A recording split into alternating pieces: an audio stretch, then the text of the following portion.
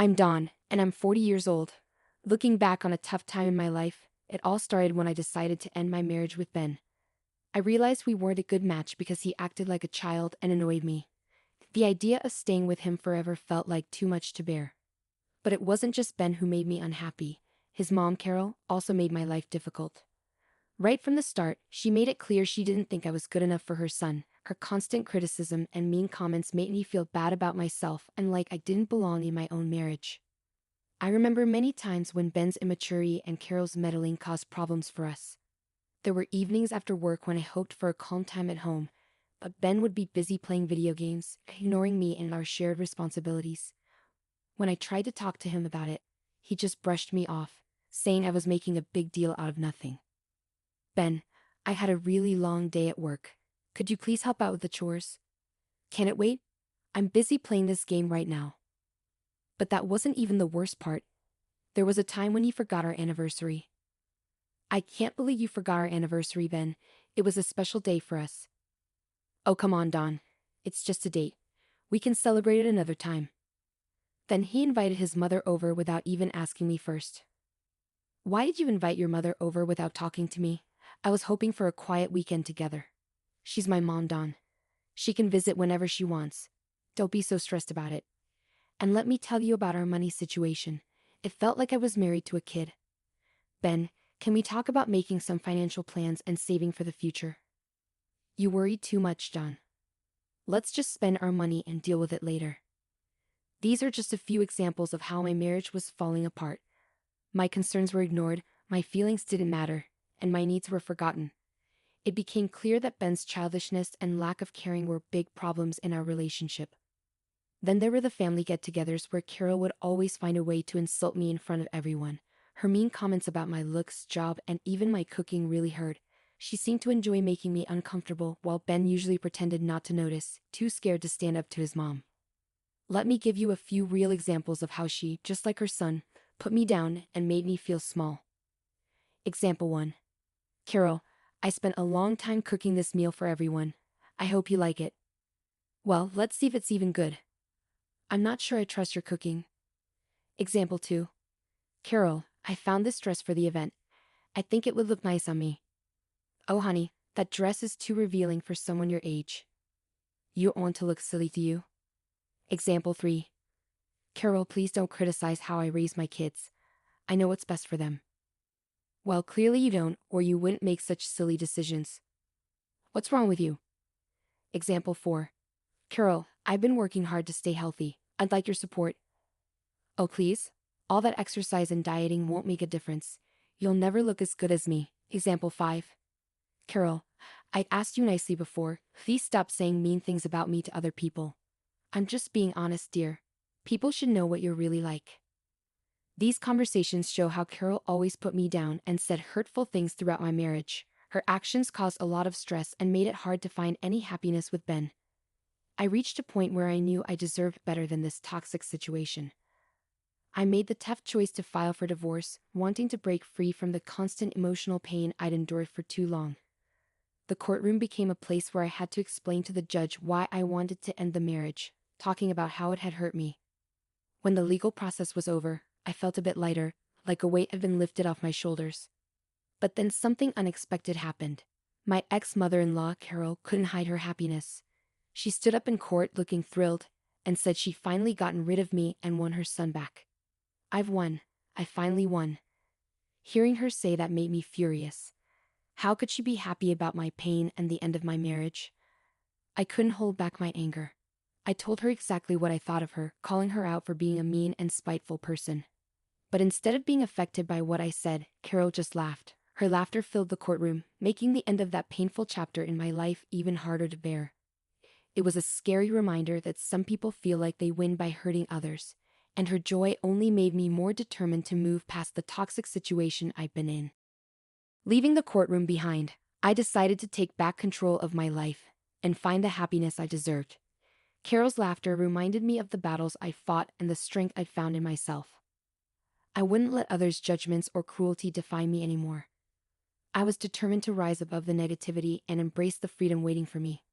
With every step forward, I started a journey of healing and self-discovery.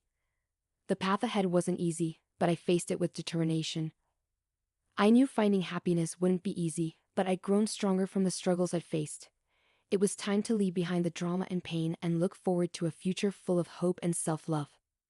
But unfortunately, the story doesn't end there. It seems like trouble just keeps finding me. Remember when Carol was gloating about winning?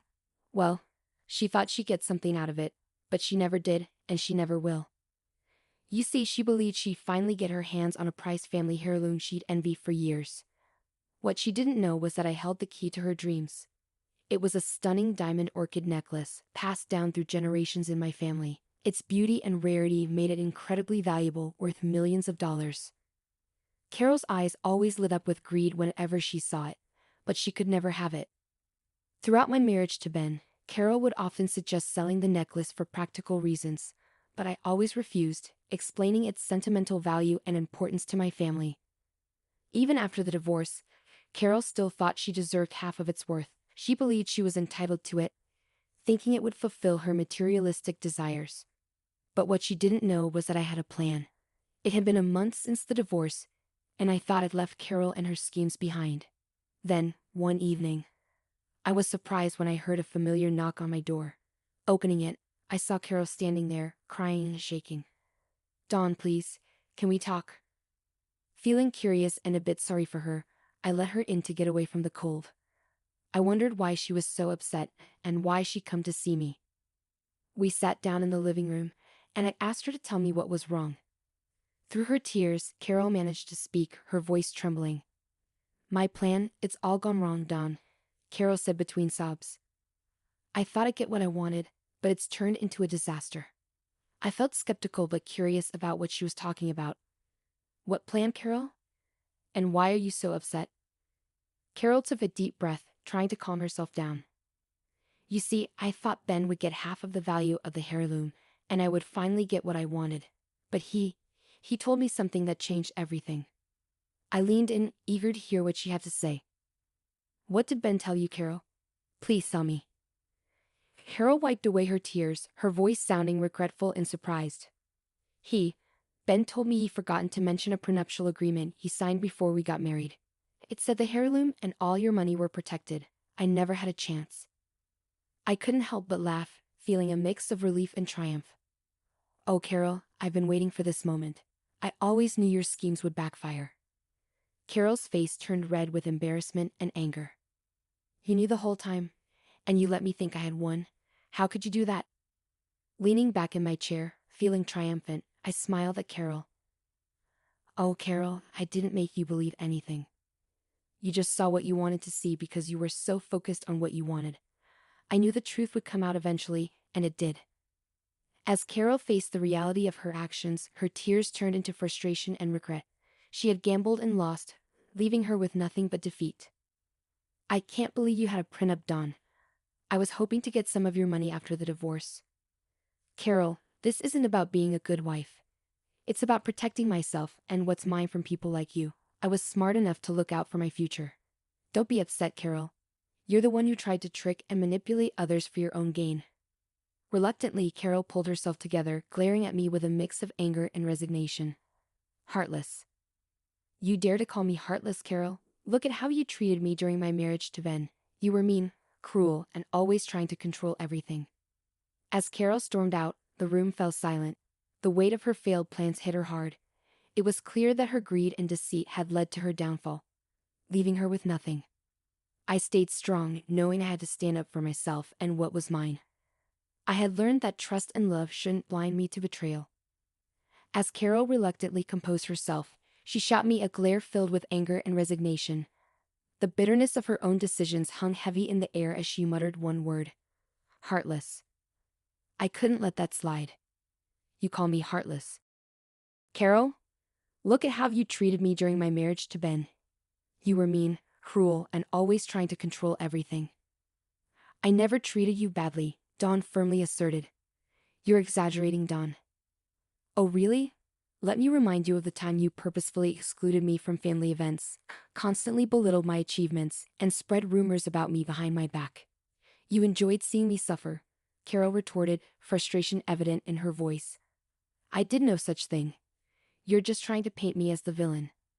Stop denying it, Carol. I've had enough of your lies and manipulation. Get out of my house, please, Dawn demanded, her patience wearing thin. Dawn, please, just give me some money. I really need it, Carol pleaded desperately.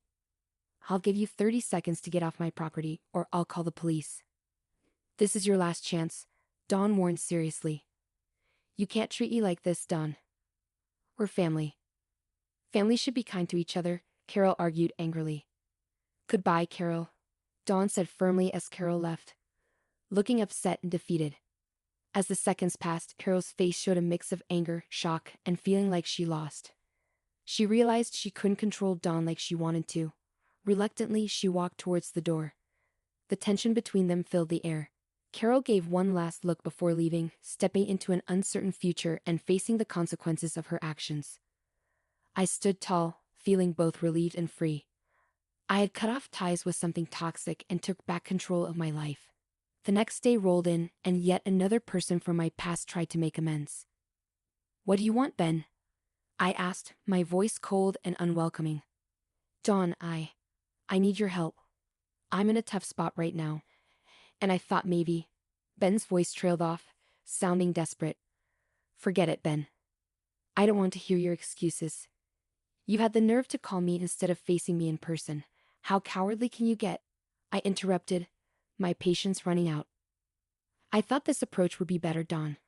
Please just listen to me, Ben pleaded, his voice trembling. All right, Ben. Go ahead. Explain to me how you always put down my goals, laughed at my dreams, and made me feel inadequate. Do you recall those instances? I confronted him. I'm not sure what you mean, Dawn. We had our differences, but Ben started, but I interrupted him. Disagreements? Is that what you call it? I call it emotional abuse. You constantly underestimated me, trying to crush my spirit, but I'm done with it. I deserve better, I declared firmly. Please, I'm sorry for everything. I'm in a tough spot right now, and I thought maybe you could help me out. Ben's voice trailed off once more, his desperation evident. It's ironic, Ben. You agreed to the prenup, yet now you're here begging and pleading. I didn't fully understand what I was signing. I just knew I loved you. Stop pretending, Ben. You probably expected me to change my mind, I remarked sharply, my tone cutting through the air. Dawn, please just listen to me, Ben pleaded once more. I'm saying this for the last time. If you ever attempt to reach out to me again, I'll take legal action and get a restraining order against you. Clear? I warned him sternly. But Dawn. Ben tried to protest, but I cut him off. No, Ben, it's finished. Goodbye, I stated firmly, ending the call and removing his number from my contacts. I was finally free from both of them, and I felt relieved. As I sat and pondered on the journey I'd been through since my turbulent marriage ended, a feeling of contentment enveloped me. I was in a much better place now, both mentally and emotionally. It felt like a heavy burden had been lifted, allowing me to breathe freely once more. Life had taken an unexpected turn, and I found myself enjoying the simple pleasures it offered. I embraced my newfound freedom and delved back into the dating scene, meeting new people and relishing the excitement of forming romantic connections. Throughout this journey, I learned to value myself and refused to settle for anything less than the love and respect I deserved. Alongside the thrill of new relationships, I discovered strength and empowerment in sharing my story with others. The struggles I faced during my marriage inspired me to write a memoir, documenting the challenges I overcame. It became a symbol of my inner strength and offered hope to others who had faced similar hardships. Meanwhile, I couldn't ignore the bitterness of my ex-husband and mother-in-law. They seemed envious as they watched my success and happiness grow. They had underestimated my resilience, and now they faced the consequences of their actions. It was a satisfying reversal of fortune. Though I had moved away from their toxic influence, they still tried to damage my reputation, but I was determined to rise above their negativity and continue thriving. Despite Carol and Ben's futile attempts to tarnish my reputation, I refused to be silenced or underestimated. I remained steadfast in protecting my integrity and had taken legal action against them for their slanderous words.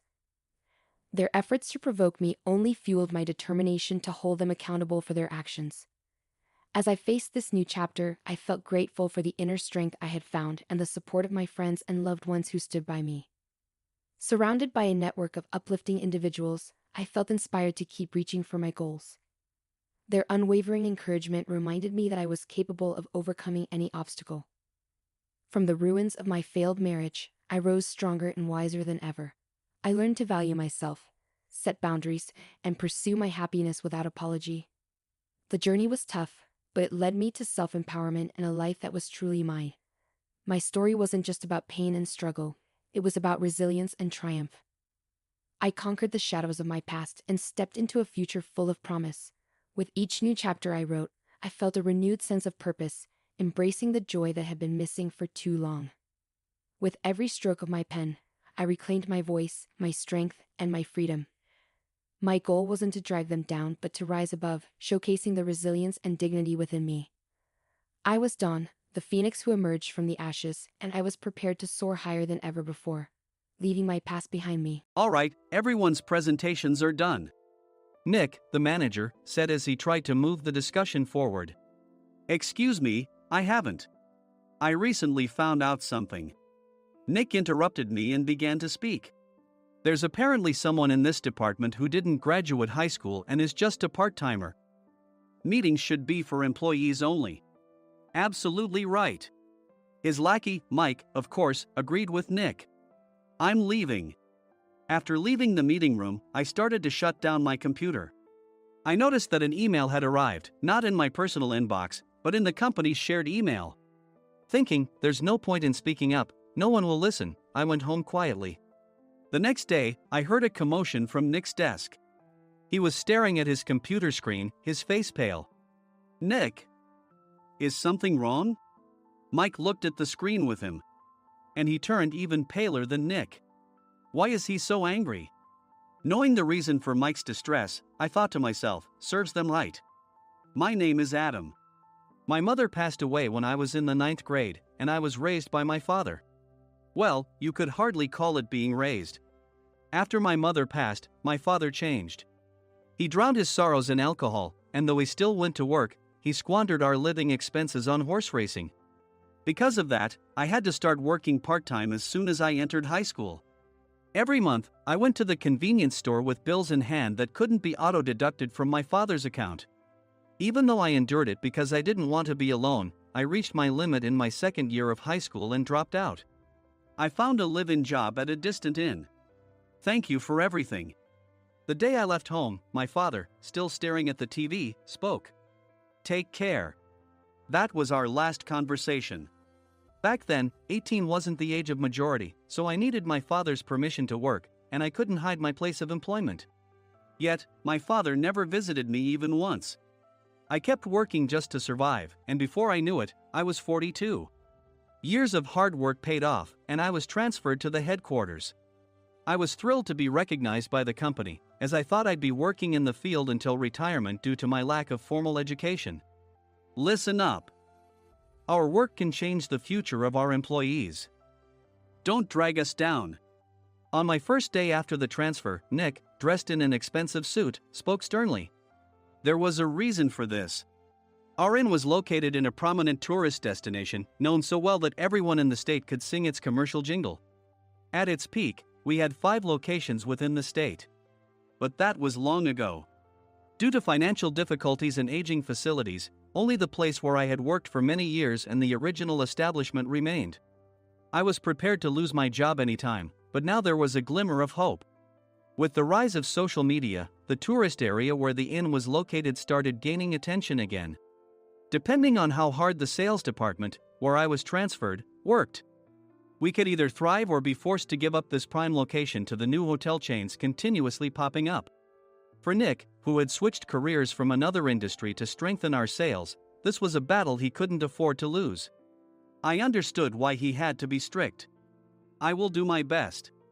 Nick sneered at my enthusiastic declaration. Did you not hear what I said? I'm sorry. I thought I was listening carefully.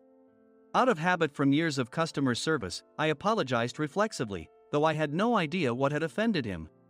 Someone was watching me with a smirk. In this department, there are those who are expected to excel and those who have been shoved here because they have nowhere else to go.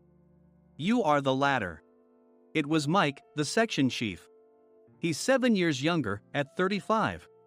But he was called to headquarters much earlier than I was and had been moving around within the headquarters ever since. I'm not jealous, but I can't accept that he's my boss. Graduating from a prestigious university, he has an unusually high pride and caused many problems as a newbie, making things very difficult for me when I was the front desk leader. When I found out Mike was transferred to the sales department a month before me, I was disheartened. Mike is right. With just a middle school diploma, there's not much you can do. Don't even think about achieving results. As if I didn't exist, Nick remarked, "I'm thirsty." Mike eagerly ran to the coffee maker. It seems Mike is Nick's lackey. I regretted being happy about my transfer to headquarters, wishing I had stayed on site forever. Send a direct mail to every company on this list by the end of the day. Nick only assigned me tasks that even a new graduate could handle. What? There are over 1,000 companies. You want me to send to all of them by today? Yes, if you and your fellow misfits split the work, even those with nowhere else to go should finish by today. I glanced at the employees typing away expressionlessly. They were worn out from customer service, only thinking about leaving on time, or were women reassigned after having children, with zero motivation for work. Even Sam, a new graduate from the same university as Mike, who was supposed to be among the expected achievers, had no enthusiasm for the job, having joined the company wanting to do customer service. "I don't care what they say, I plan to quit any time," he said. Only Nick and Mike were highly motivated, making all the decisions between the two of them. I originally only wanted to work at the inn to survive and had no particular attachment to this job. I swallowed my words, thinking I had no right to reprimand them. About a month after the transfer, Nick told us with a frustrated look, "To commemorate the 50th anniversary, we've decided to create a plan exclusive for one group per day."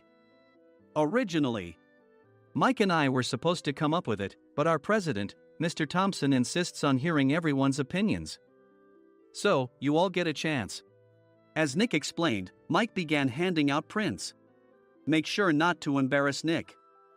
If your ideas are half-baked, you'll have to redo them." It seemed that they had printed his handwritten notes by Mr. Thompson, which included several questions and a section for free responses. It made sense why Nick had to seek our input, given that all responses had to be submitted to Mr. Thompson. We were given a week to think about it, and a meeting was scheduled to compile our ideas. My plan is to let guests enjoy both the old and modern America. Nick began the presentations. Guests would watch a master confectioner at a nearby traditional sweet shop make sweets in front of them. The welcome drink would be premium tea in a bottle. Nick's plan was certainly attractive.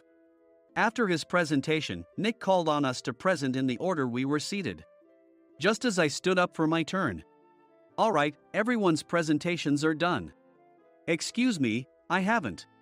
I recently found out something." Nick interrupted me. "There's someone in this department who didn't graduate high school and is just a part-timer." He was likely talking about me. I joined the company as a part-timer and was made a full-time employee when I turned 20.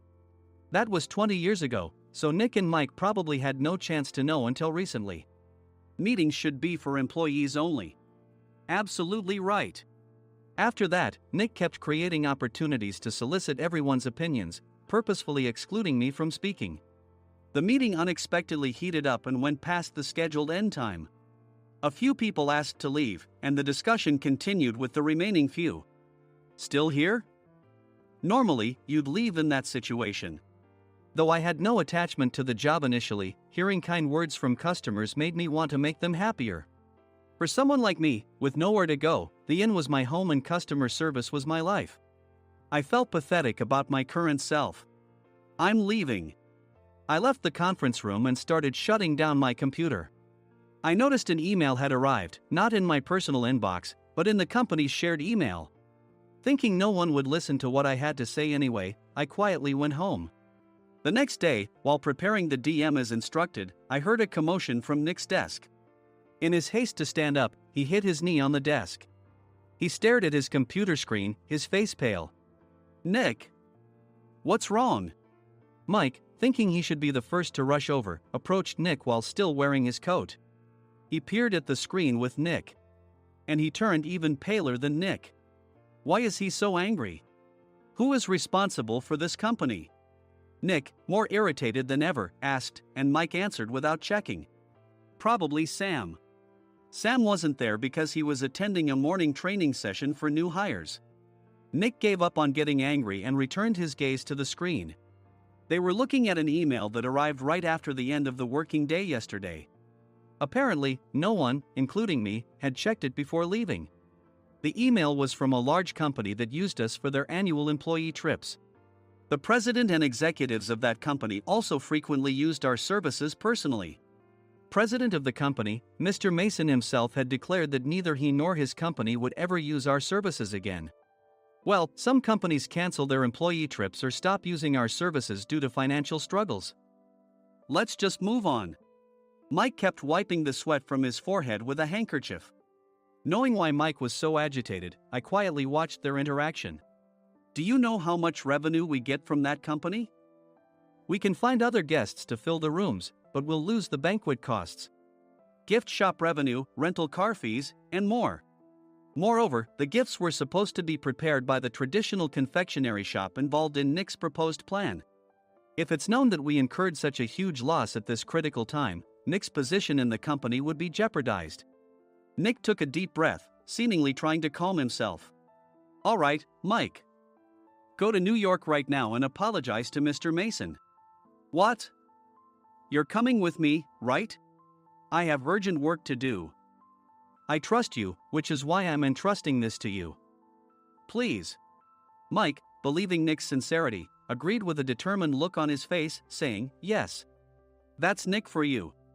Even if Mike went to apologize, Nick would shift all the blame onto him if the client didn't change their mind. Well, it was Mike's fault to begin with, so it served him right. About 3 hours later, Sam answered a call from somewhere and repeatedly apologized, saying, I'm very sorry. Everyone watched to see what was happening. After ending the call, he informed Nick with a weary tone. When Mike arrived at the client's company, he only made things worse, further infuriating Mr. Mason. He was demanding, get his boss here immediately. It was no wonder Sam was exhausted, dealing with such a call right after returning from training. What is that idiot doing?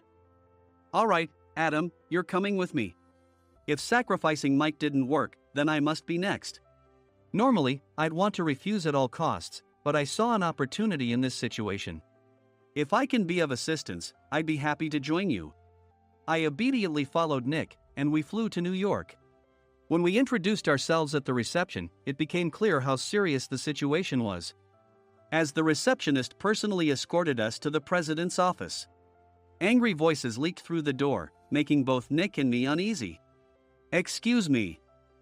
I'm Nick, the supervisor. I understand my subordinate has caused you trouble, and I deeply apologize. Nick, with his experience in the corporate world, knew enough to offer an apology before excuses. However, his customer service skills left much to be desired. I sighed as I saw Mike trembling like a small dog in the corner of the room. What kind of training are you giving your subordinates? Mr. Mason glared at Nick with a red face. The intensity of his gaze made even Nick take a step back. Regrettably, I joined this company only 2 years ago and was unaware of Mike's issues. I should have identified his shortcomings sooner. Indeed. I should have realized sooner. No sensible person would come to apologize and then give a lengthy presentation on the drawbacks of not using their in. Nick froze, his mouth slightly open. Suspecting the worst, I picked up the documents that had fallen to the floor. It seemed Mike hastily prepared these documents on the plane, listing the disadvantages. Disadvantage 1: if you change the venue for the company trip, employees might suspect it's for cost-cutting reasons, leading to a negative impression. Reading it aloud half-jokingly, Nick snatched the papers from my hand and checked the contents with a furious expression. Among the stack of documents was a receipt from a nearby convenience store's copy machine. I felt a pang of dread, hoping he hadn't shown the receipt as well. What do you think he said when I asked what kind of nerve he had to do this? I'm very sorry. Faced with the dire situation, Nick must have thought there was nothing left to do but apologize. In a voice smaller than I'd ever heard from him, he uttered words of apology. He said, I'm a Harvard graduate. I don't believe I said anything wrong. Mike. What have you done? Forgetting his plan to pin the blame on Mike, Nick yelled loudly, even in front of Mr. Mason. I didn't do anything wrong. You're still saying that? Look at him. Mike pointed at me with a shaking hand. I was assigned to headquarters in my 20s and now I'm a section chief. This guy only made it to headquarters at 42. Everything I've done proves I was right. So why are we losing the contract? Having said his piece, Mike collapsed to the floor. Of course.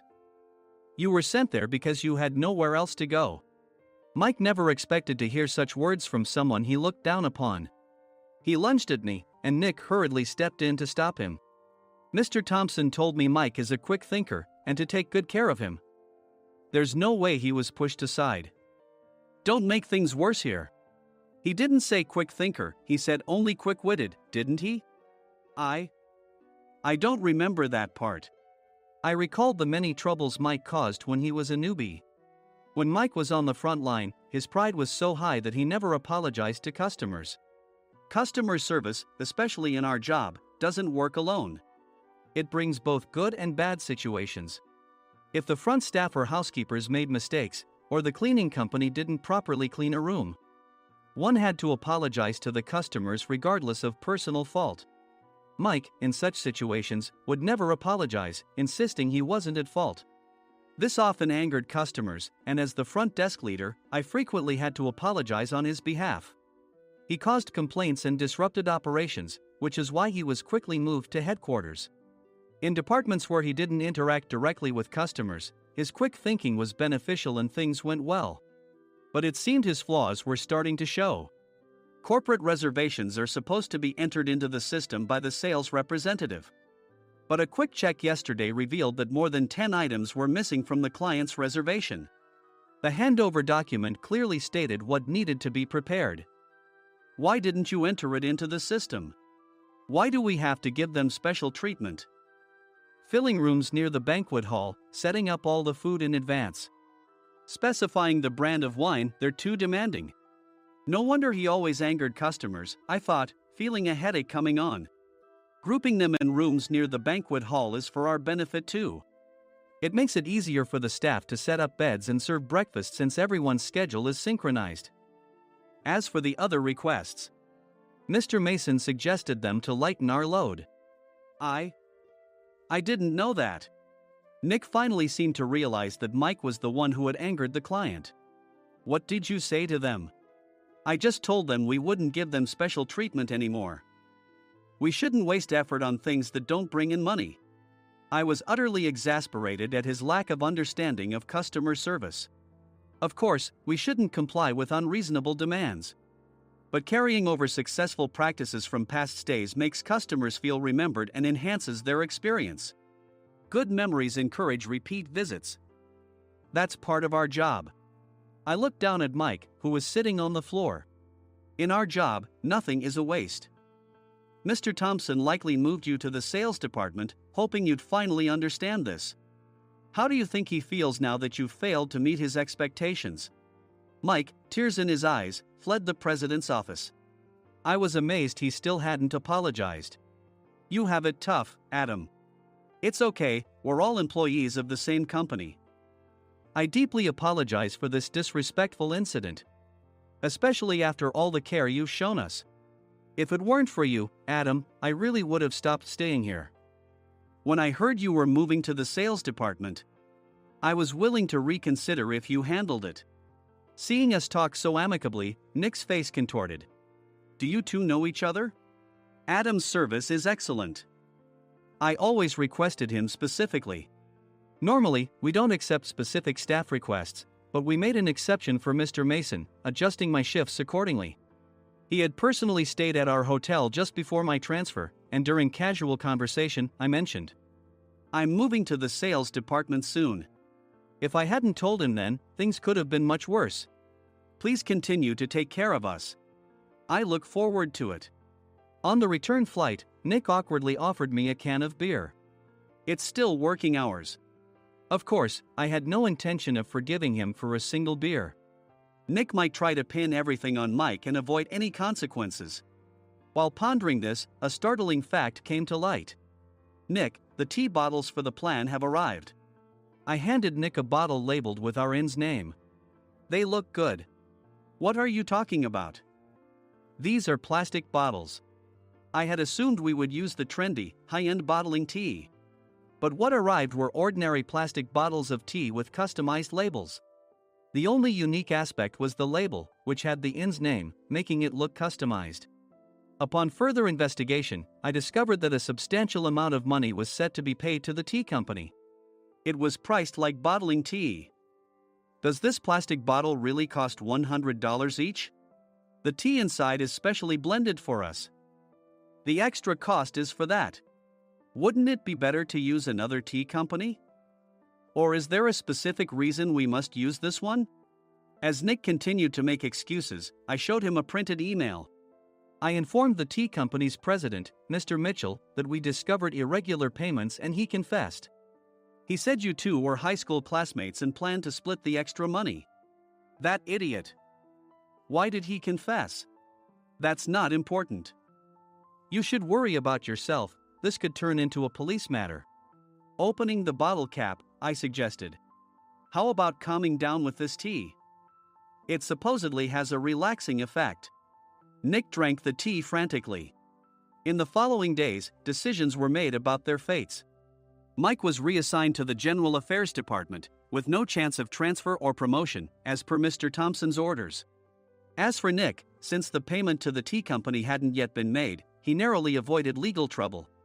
Instead, he was encouraged to leave the company, and to avoid further complications, Nick submitted his resignation. Rumor has it that connections between HR departments have made it difficult for him to find new employment. Even though it was good to have those two gone, something unexpected happened in the sales department. Everyone became motivated and united in refining the 50th anniversary plan. In the end, my plan was adopted. We collaborated with the Tourist Information Center to provide personalized guides. The plan, tailored to the number of guests, was truly special for the 50th anniversary. Hey, is Adam's family coming to stay? I immediately booked that special plan for my family. Sam noticed it on the reservation list and quickly picked up on it. Yes, I'm inviting my father. That's great. I might invite my parents too. I lacked the courage to face my father just as Adam. But here, with the confidence Mr. Mason praised, I felt ready. The 50th anniversary plan was a perfect opportunity to reconnect with my father. I hoped to bring back the days when we could laugh together as we once did.